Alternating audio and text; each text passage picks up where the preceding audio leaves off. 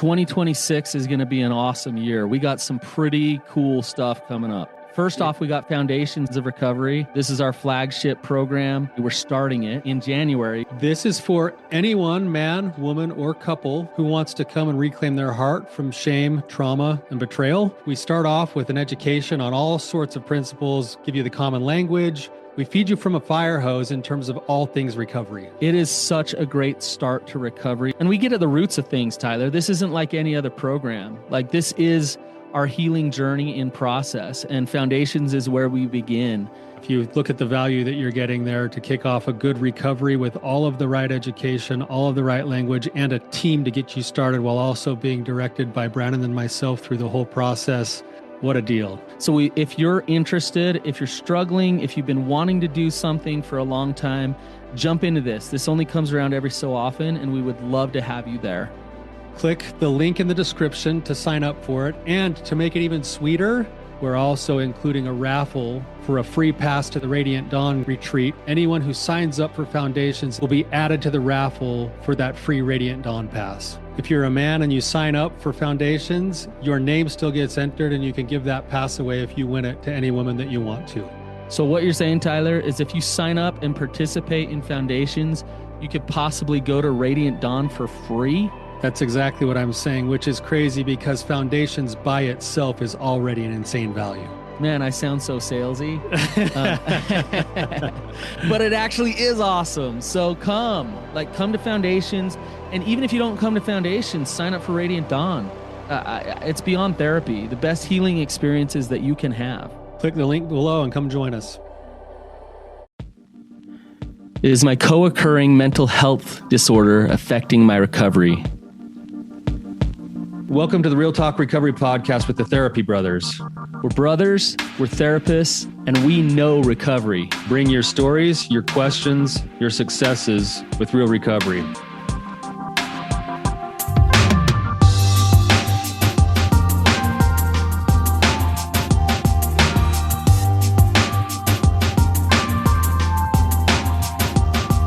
Be a good one, Brandon. We got another good caller today, so we're always excited to have good callers. Just really quickly before we jump into anything else, I just want to remind those who are listening, if you'd like to come on the show, there's a couple of ways to do it, but maybe the best way to do it is go to therapybros.com and you can submit a question there or sign up to come on the show yourself. And when you submit a question, just say, yes, I'd be willing to come on the show. That's right. And we'd love to have you. We love all kinds of, Tyler, what kind of people do we bring on the show? Pretty much anyone who's willing to come on and ask a question. You name it. Come on. If you're willing to open up, be vulnerable, talk about your life and your issues, then we're willing to break it down with you. So, Tyler, we missed you this weekend. I know you guys went on a big hike, didn't you? Yeah, I was glad you didn't come. You would not have made it. There's no way you would have made it. So it was good you didn't come. What was the grand total mileage? Oh, the mileage was it was almost 16 miles, but it was hell. We hiked Lone Peak, and it was the hardest hike I've ever done. Really? The trail's not built very well. It's straight up. You're bouldering almost. You're hiking up. You got cliffs on both sides of you. It's nuts. Wow. And so hiking down it just, today I could barely walk into work.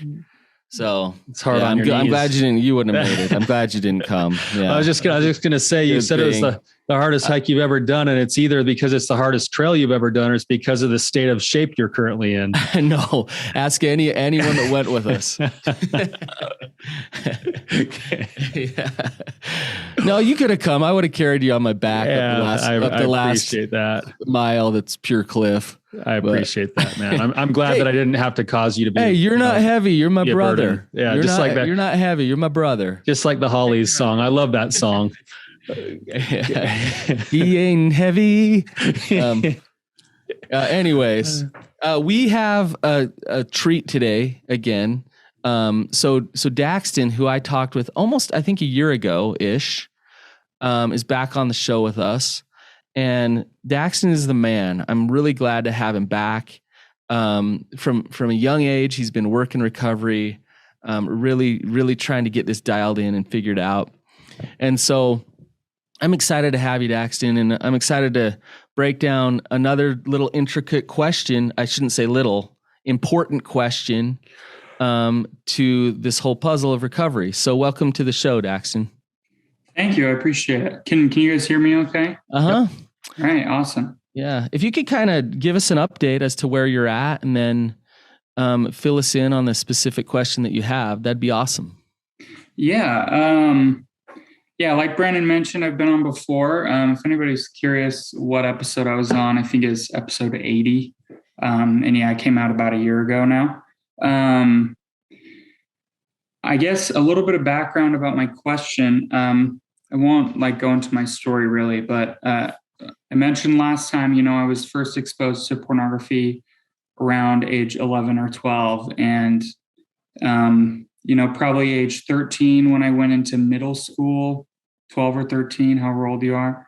I started to really notice symptoms of ADHD. It started to affect me a lot more. I struggled with that in elementary school, but I was just a little kid and it didn't really matter. But as school was getting more serious and intense, that was coming up for me a lot more. And as I went further into being a teenager and further into high school, it caused me a lot more problems. I really struggled in school. I struggled with my grades. And I think that I have noticed a correlation between the ADHD and my addiction. And I want to give a caveat here. I'm not trying to play victim to my ADHD, for one thing. I have received the diagnosis, so it is something that I genuinely struggle with. It's a real thing I've had to learn how to navigate in my life, but it's not, I'm not a victim to it. And it's also not an excuse for any acting out behaviors. So if I hear about any guys out there who are trying to tell their wives it's okay for them to watch porn because they have ADHD or something, I'm going to be upset. So just want to put that caveat out there. Daxton, could you connect the dots? How does the ADHD play into the addiction and affect it? Yeah. For one thing, I think as a teenager, it brought up a lot of shame for me. Honestly, I'm really intelligent and I know that now, but I felt really stupid a lot in high school. I felt like I didn't fit in because I went to a really hard high school. I went to a charter school, and all of my friends around me were doing a lot of AP classes and really excelling, and I could barely scrape by in all the normal classes. So I felt like an outsider. And also, if you look at it from a biological standpoint, an ADHD is a dopamine deficiency in your brain. So, I'm naturally looking for more dopamine everywhere I go. So, pornography really provided that for me. And I think it exacerbated the issue. I don't think that's why I became addicted, but I think it made it a lot worse. Did the porn work like a medication almost? It would calm you down, help you focus? Yeah, totally. And my ADHD, it shows up different for everybody, but for me, there's a lot of hyperfixation that goes on. If a thought comes into my head that's appealing, I'll really fixate on that until I get it resolved. So, if I'm in school as a teenager or wherever I might be and something triggers a thought for me, then I fixate on it all day. And I think that really exacerbated that issue. And I wasn't able to get a diagnosis until I was 18. My mom has very different views on mental health than me. So she was, she'd tell me, you just need to try harder, sort of deal. I wasn't able to get a diagnosis until I was 18. And thankfully now I'm medicated. But as I've worked my recovery, mindfulness is a huge thing in recovery. I think it's one of the key tools. And I think there's a struggle for me there to connect that. I found ways to incorporate mindfulness, but it can be hard. My brain is always on the go, always bouncing all around. So, I guess I'm wondering, how do you manage, a co-occurring mental health disorder with addiction recovery or even betrayal trauma recovery, I think could bring up a lot of hard things for a betrayed spouse as well. So.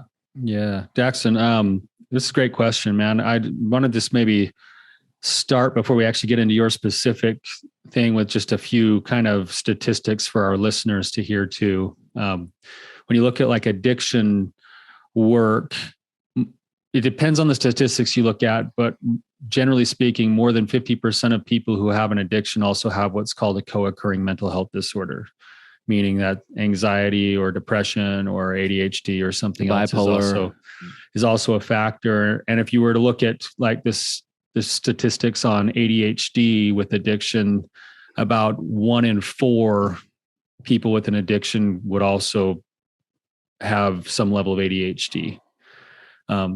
Something also that's a little bit interesting about ADHD that some people don't understand is that you hear ADHD and people think, oh, he can't concentrate. He can't think straight. He can't like stay focused on a certain thought. But with ADHD, one of the factors that goes along with ADHD is that you actually can become hyper-focused on things that are interesting to you. So if you look at how that works, you know, if a young boy has a fascination with, say, trucks, he can stay hyper-focused on those trucks for a long time, even though he's got ADHD and he can't focus when he goes to school to do his assignments or his homework or anything else. And so if you add in something like the power of sexuality as a young boy growing up with ADHD and what that does to the brain and the curiosity, it would make sense that the hyper-focus would be even stronger connected to the ADHD. Does that make sense? Mm-hmm. So this is a really common thing. And what's interesting is that most people who go to addiction treatment, only about 29% of those people actually address the co-occurring disorder. They stay mostly focused on the addiction itself or trying to get sobriety. And they're actually doing themselves a disservice because the mental health problem that they're having is connected to the way that they're acting out, because the way that they're acting out is a way that they're trying to cope with the mental health problem in the first place. I mean, Daxton, it was incredible just in your just kind of introduction of the question there. All of the little pieces that I heard and that go right along with what Tyler's saying, which is you struggling in school and having shame. This dopamine deficiency is actually very fascinating because, you know, somebody who doesn't know much about mental health would think, why would you treat somebody with ADHD with a stimulant? Like that's backwards. You give somebody who's bouncing off the walls and can't focus a stimulant. But the reason that you do that is because it's a deficiency in dopamine and it satiates out the person with ADHD and calms them down and helps them focus. And so like Adderall is a stimulant. Pornography and sex is very much a stimulant. And so it works to medicate this. Now you have issues in school feeling like I'm dumb and I can't keep up. You have adolescent testosterone going on in the mix. You have the internet running wild with everything right there at your disposal. You have a mom who's, I don't want to blame your mom or say anything bad about her, but who's saying, just get over it. You can see the recipe here, right? Yeah. And if you come to, hey, now I need to just stop touching my penis and masturbating and looking at porn, and then that will solve all these problems. Like, because that one, you're gonna have a really hard time stopping that behavior just by like white knuckling, going to therapy, and them giving you cognitive behavioral therapy to try to get you to stop. You're gonna have a really hard time stopping that behavior. But two, there's a lot more to this equation going on. Another thing, Daxton, that I wonder about with you, and remembering our last conversation, is there could be a couple co-occurring disorders. There could be the ADHD, but there's also anxiety. There's a bit of kind of scrupulosity, or do you know what I'm talking about, Daxton? Mm-hmm. That could be at play as well. And so that's in the mix with this ADHD, right? So then where do you start? Or where do you go with this, right? Yeah. Tyler, do you got the answers for Daxton? well, I think what's interesting is that if you find the right, I shouldn't say the right, if you find like an all-encompassing form of recovery treatment, then you're going to be actually addressing a lot of the mental health issues that come along with the addiction in the first place. Right. Because the right kind of treatment towards, recovery from an addiction includes the pursuit of what we would call a wholehearted life, in meaning I'm learning to connect with other people. I'm wrestling with my relationship with God. I'm learning to actually connect to myself, both heart and mind. And Daxton, you referenced mindfulness. I like what you said a little bit earlier, Daxton, because you're here on the show and you're bringing this topic up, but you also don't sound like you're making excuses for your acting out because of the issues. You're just saying it's an issue that needs to be addressed. Mm-hmm. Right. And the same thing is true with like treating ADHD. That mindfulness practice that you hear about in all of your recovery groups it's really important stuff for a wholehearted recovery. And it's a lot more difficult when you have something like ADHD, but it doesn't mean you shouldn't be working on it and doing it. It just means the work looks and feels a little different than maybe somebody who doesn't have ADHD. Yeah, for sure. Daxton, your mom says just get over it and focus and, just kind of be a better kid. And you're saying I'm now on medication. Talk a little bit more about the medication. Is it working for you? How did you kind of get on that, and how's that going for you? Yeah.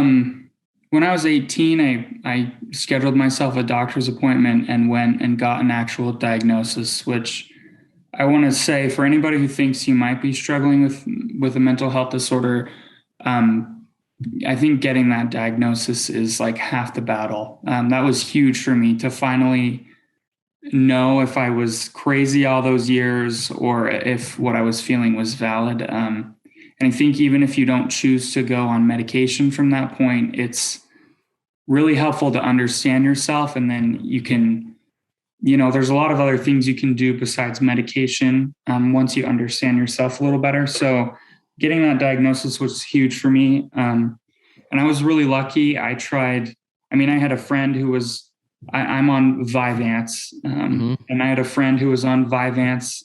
He told me to try it out. My doctor told me he had me try one other medication beforehand. It didn't really work. And then I got on Vyvanse and it's worked really well for me. So, medication can be scary. I think, it can be addictive for some people. A lot of people feel robotic when they're on it. They don't feel like themselves. So I was really lucky in the sense that I haven't really experienced any of that. I don't notice a difference really, but at the same time I do, if that makes sense. Like it doesn't affect my personality or anything. It just really helps me function a lot better. But I don't always take it. I don't take it on the weekends. There could be days I forget. And also, it wears off at a certain point in the day. So around 7 or 8 p.m. when my pill wears off, I usually start getting a little amped up and crazy, like all my energy's spilling out. And I have a hard time sticking to my like evening routines and things. So it's been a balance I've had to learn. And mindfulness techniques have been really helpful, but I think, I use Headspace, and I think like going through a meditation on Headspace, I can kind of understand that my brain functions a little differently, and I have to go at the meditation with, a different perspective, I guess. Andy on Headspace is always talking about like, it's okay if your mind wanders, just bring it back to the breath. He's always saying that. So, I don't know. It's an interesting experience to meditate for me, but it's really helpful. All that kind of stuff is really helpful. So I think, the meditation or the medication was a huge game changer for me. And then working recovery, it's all about building wholehearted living, like you said, Tyler. And I can absolutely see the benefits there. I'm getting dopamine in healthy ways if I'm living wholeheartedly. So I can satiate that in that sense instead of looking for unhealthy coping mechanisms. But Tyler, I want to ask you, So to use medication to manage, what's your take on that? What's your opinion? For medication? Mm-hmm. For like Daxton's talking about, he's using the medication to manage his symptoms of his ADHD. Yeah. So just let me give you a little bit of a personal background here. When I was in the end of high school, I was extremely depressed, like way depressed to the point of suicide. And it kind of came to a boiling point when I think I got in a fight with you, Brandon. I think I threw a weight bar at you or something. You were nuts. you were insane. I lost it. And mom kind of got wind of like, whoa, Tyler is like, he's out of control. So she dragged me into the doctor and I ended up getting some counseling and I was put on some medication. I was actually put on Prozac for my depression. And the Prozac actually helped me a lot. With that said, at least in my situation, the Prozac wasn't the full answer. The full answer was learning skills to cope with my emotions, learning these principles of wholehearted living that we try to teach in recovery in conjunction with the medicine itself. And so I actually, my own personal, this is a personal thing, is that I see medicine as a tool. It's a tool that goes in the toolbox with everything else. I'm not a big fan of seeing medicine as the solution for most people, but I see it as a solution as part of a bigger, broader plan for helping to cope. Yeah. Yeah, I agree. I mean, so, and Daxton, it sounds like you agree a lot too, in terms of like, you're not just popping a pill and being like, hey, my problems are going to just evaporate because you're working headspace. You've done a bunch of group work. You've done a bunch of just good recovery work. So, I mean, what you're doing, Daxton, is what I totally agree with, which is just Western medicine, I think, is a problem. It's just like, hey, I go to my doctor, I get a pill. Like, that's a big problem. And then people just manage their whole life away, and they have these, these side effects, and they're zombies.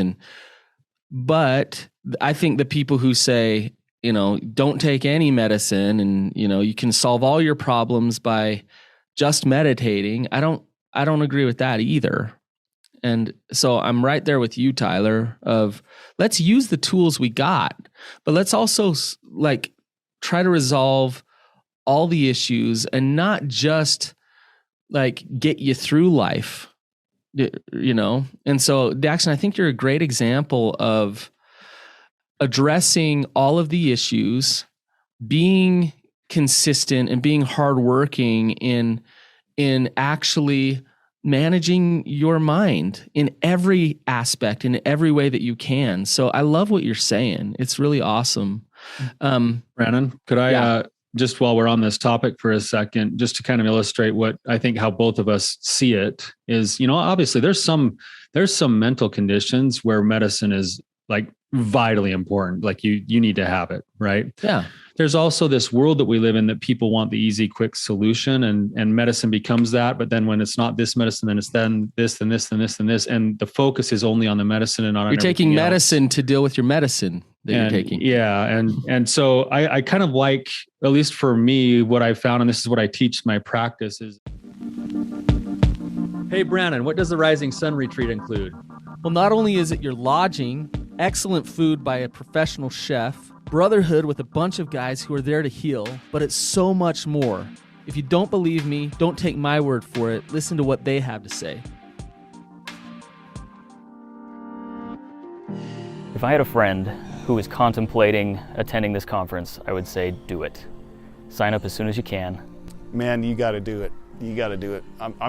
I'll be you guys' advertising arm, because I'm going to tell everybody I know about this conference. Oh man, I would say, again, I have nothing but positive things to say about it. So there's no reason not to come. Definitely attend. If you have the means, it would be a mistake not to come. Do it. You won't be disappointed. Well, I would say it takes a leap of faith to come to one of these things, because you're not going to know what it's going to be coming into it, and it's completely worth it. Just go for it. So I would tell that friend that he should definitely come. It is definitely worth the time the effort, the money. If you have any thought whatsoever whether or not you should go, just go. Even after I signed up, I told my wife I didn't want to come the first day. I was like nervous as all get out. I knew it was going to be uncomfortable, everything about it, but I would look at that person and say, you will never regret. To help you to know how to find the joy that you're seeking in your life, to do this, take it seriously, and add it to your regimen moving forward. It has been powerful, just incredibly powerful. If you're interested in attending our next Rising Sun retreat, go to risingsun.org, risingsun.org, and check out more stories like this. Hurry up because space is limited. What I found, and this is what I teach my practice, is that, and now this is going to sound backwards because it's alluding to the meds, but I use the DBT skill meds, the acronym MEDDSSS, as the basis for good mental and emotional health. And so the first one is meditation and mindfulness. That's M. E is physical exercise, trying to get people at least a few times a week to have an elevated heart rate, because that kicks off all that stuff we're talking about anyway, the dopamine and everything else. D is diet and nutrition, proper diet and nutrition, especially for the mental part, things like all the colors of the rainbow with vegetables and fruits. D, so this is one of them. The second D is drugs as prescribed. So it's in there, but it's not the end all. And then there's 3 S's, which is proper sleep, which is really helpful for mental health, spiritual practices, which actually has some research behind it in terms of coping with mental health issues, and then social connections. Love this. So if I'm taking my meds every day, so to speak, MEDDSSS, then it's like 7, right? Yeah. And one of those is meds. Yeah. And one of those is my medicine.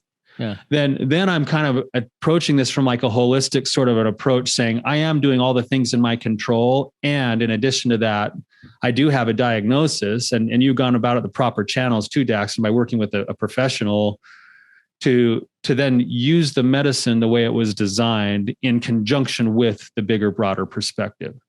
Yes. Right. That's beautiful. Yeah. I think that's all really important. I mean, it's really key to remember that this is like a huge spectrum, like ADHD. Yeah. So many people struggle with it, but it shows up so different for everybody. I mean, I have another friend who, she has ADHD, but her doctor prescribed her the same medication I'm on, but she's only supposed to take it like if she has a big test coming up or something like that, which has always been really interesting to me. But as I've talked to her about it, she said like, yeah, if I take it, it makes me shaky and jittery and it has a lot of side effects. But on these days where I have a ton of stress and I really need to focus, it's necessary and helpful. So it's an interesting dynamic. And yeah, Tyler, I love what you were talking about, the meds. I mean, sleep is something that I struggle with because in the evening, my pills weren't off and my time management skills are a lot worse. So I'll, get distracted cleaning the basement and it's midnight, or, I'm watching a movie or something and forget to look at the clock for an hour or something. And so I have a hard time getting the sleep that I need. And yeah, recovery for me has been all about trying to incorporate all of those things, but I think I still am struggling to find the balance. And I think it would be really important and helpful for me to learn how to apply all of those things, even without my medication, because clearly that's still a struggle for me. It's interesting, Daxton. I remember our last conversation and I was trying to get you to shift the way that you thought, right? Mm-hmm. And you're saying, I think that I'm still struggling to find the balance. And I would love it if you'd reframe that to something positive rather than that negative. So, do you understand what I'm saying? Like, I am absolutely figuring out how to find the balance. I'm in that process. Do you see that? Yeah. I want to come back to a point that you made, which I think is really kind of important. You said the spectrum, and that's absolutely true. And according to where you fall on that continuum really determines what types of things, inputs, are going to help you therapeutically, right? So I might have depression, and what I need to do is get a little more sleep and exercise a little bit, and I feel great. Like, that's great. That's all I need. I might have pretty severe depression, and I, like Tyler, like you say, I need some Prozac, exercise, some connection with some other people. Like I need something a lot more. But there's a really critical thing that you have, Daxton, that a lot of people struggle with. It's humility to actually look at where you are on that continuum. It's the humility to be real with yourself, to say, this is me and where I'm at, and so this is what I need because this is where I'm at. And a lot of people don't want to do that. There's shame there, or there's denial, or they say they're a lot worse than they actually are because they want attention. There's all this stuff, rather than just being humble to look at, okay, like, what has God given me? God gave you this brain, Daxton, the brain that you got, right? And you're saying, okay, like, this is my brain. This is what I've been given. This is where I'm at. What is the best treatment now for that, right? Brandon, could I add to that too? That's interesting, Daxton, when you were talking about how your childhood, part of what the problem was is that you kind of didn't think the same way everyone else did in school. And then there was this stigma that you put on yourself and other people put on you that made you feel stupid and shame and everything else.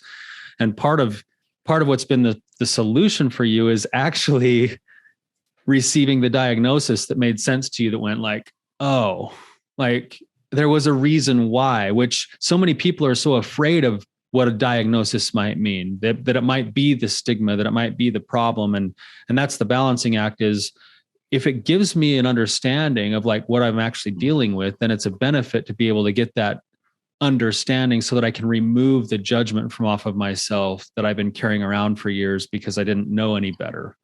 Right. And think about like being back when I was on Prozac. Do you think I told anyone, this was like 20 plus years ago, do you think I told anyone I was on Prozac? Like, that was a punchline to jokes, right? Like, it's like, oh yeah, go take your Prozac. Like, you're crazy, this and that and the other. And meanwhile, I'm secretly going like, oh, it's actually kind of helping me, but I don't want to say that out loud because I don't want anyone to know that I've got this thing called depression, right? Now it's okay to say, you know what? Yeah, I struggle with depression. And part of how I cope with my depression is everything we just talked about, my meds skill. And now I don't have to live in that stigma or that judgment that I thought I was so afraid of people seeing. Yeah. It's a two-edged sword, right? Daxton, you mentioned this earlier when you said, I don't want anybody who's been diagnosed with ADHD saying, hey, this justifies me doing all this stuff, right? And, some people would say, when I get a diagnosis, that's a label. And then I take on that label and I become that very thing that they diagnosed me as. It's like, hey, now I got ADHD, so that's what I do. That's who I am. And a diagnosis is not, it's not an indictment of who you are. It's also not an absolution of responsibility. Right. That's the beauty of it, is when you get that diagnosis to say, now I have this responsibility to manage this disorder in this way, rather than give away accountability or responsibility as a result. Yeah, I think, like you said, Brandon, I think a lot of people think a diagnosis is an indictment or a sentence. Like, it doesn't have to be a sentence. I think it's just a piece of the puzzle to help understand who you are. I mean, it was really important for me in that sense. And it can just, whether you decide to go on medication or not, or whatever the case, it can just help you figure out your next steps, help you figure out like, oh, this is a part of who I am. This is a part of my brain. It doesn't have to, like, I am not my ADHD. It just happens to be something in my life, and I've had to learn how to manage that. And I think it's freeing. I can understand why some people might struggle with it, but if I'm carrying this weight for years and I don't even know what it is, I would much rather be aware of what's there than just have to struggle through life thinking like, maybe, but, I don't want to find out because I don't know what that would do for me. So, right. Yeah, it's been really key for me, that diagnosis, just to understand like that's my brain and I have to figure out how to function in conjunction with that, So Daxton, next question then is that you've got the diagnosis and you're seeing it now as part of this, like putting in the puzzle together and going, okay, I recognize that things maybe work a little different with the way that I concentrate. It also then allows you to keep your responsibility in this and say, okay, now what? Like, what do I do with this now that I have this information? And that's the key element here. And I just want to ask you, since you've gotten the diagnosis, besides the medication that you're taking, what else have you found that's been effective for your overall well-being, including your recovery work? Yeah. I mean, recovery has been a huge part of that, incorporating healthy living. And I'm not always perfect at it. As I'm sure every addict can relate, like it's hard to, really stick to your dailies. I'm not always perfect at that, but when I incorporate those things consistently, it's a huge help for me. And then I think like there are ways that I've learned to almost harness my ADHD in a way that's helpful. Like at work, if I'm having a hard time focusing, if it's a slow day, I can look at myself and think, like I'm pretty passionate about things being organized and functioning properly. Like I think a lot of people with ADHD might really struggle with organization, but it's something that I found to be really helpful for me. And so I've learned that I'm really passionate about that. So I can, if I'm like, man, work is awful today, like I'm having a really hard time focusing and getting stuff done, I'm so bored, I can look around and say, what needs to be organized? And I can use my ADHD in that moment. Like, here's something I can fixate on for the next while. And I can just clean the crap out of this closet or whatever it might be. I need you to come over to my house for a little bit. All right. But yeah, I think it can be, I mean, it's a struggle, but I think I can learn to see the ways that it can be a strength as well, So I think that's been really key. And if I sit down, it can be really helpful with hobbies. Like if I sit down with a hobby that I'm trying to get into, I can fixate on it for a couple hours and really enjoy it and just get in the zone sort of deal. So I think it's about learning, where I need to be careful with myself, but also where I can kind of loosen the reins a little bit and let my mind do its thing in a way that will be beneficial. If that makes sense. I think you're spelling out a formula that works. Like we've talked about being humble enough to assess and be honest with yourself as to what's going on. Being open to all beneficial things that will serve you, both Western medicine, Eastern medicine, everything along the way. Positive inputs and balance and recovery. I love what you're saying, Daxton, about embracing it and for what it is and using it, finding the positives in it is awesome. And then there's a bit of grace that needs to be there and just self-acceptance and forgiveness along the way, right? And like this formula, you do this over and over and over again, Daxton, and you're going to be so much healthier and happier than just letting it bulldoze you over, right? Yeah. I love the idea of that component you added of how you can actually use it to your advantage in certain parts of your life, because I actually believe that that's true in a lot of cases with a lot of mental health things. I don't know if you've ever seen the movie Temple Grandin or her TED Talk. She's on the spectrum with autism, and she's basically, because of her autism, revolutionized the way that she's brilliant, the way that beef gets processed and makes it to the grocery store. She's absolutely brilliant. She is that way partly because of the autism she has. Mm-hmm. Mm-hmm. Right. And she speaks about that. You're saying kind of the same things. it gives you in touch with other people in certain ways too. It allows a deeper level of empathy and understanding. Those kinds of things as well, if you'll choose to let it. And Brandon, I just want to add one more thing to your formula, which is that once you have the humility, there's also the willingness to go to work on things as they are. Yes. Right. So now, Daxton, you're saying like, yeah, I'm going to learn how to like manage my time better at night. Okay, that's going to be a struggle for me. I am going to work on like mindfulness, but now my mindfulness practice isn't going to be this like Zen, beautiful moment. It's going to be pull your mind back, pull your mind back, pull your mind back. Great exercise. So you'll do your exercise there, and then you'll allow yourself to get lost in your hobbies.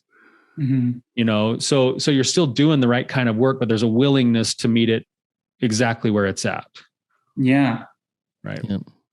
And I would say, as long as that work's done, and I say this just because I know Daxton, as long as that work's done with the intention of self-care and self-love, and not trying to prove yourself and trying to be enough and trying to be okay, then that willingness is an absolutely good thing. Yeah, I think intention is huge.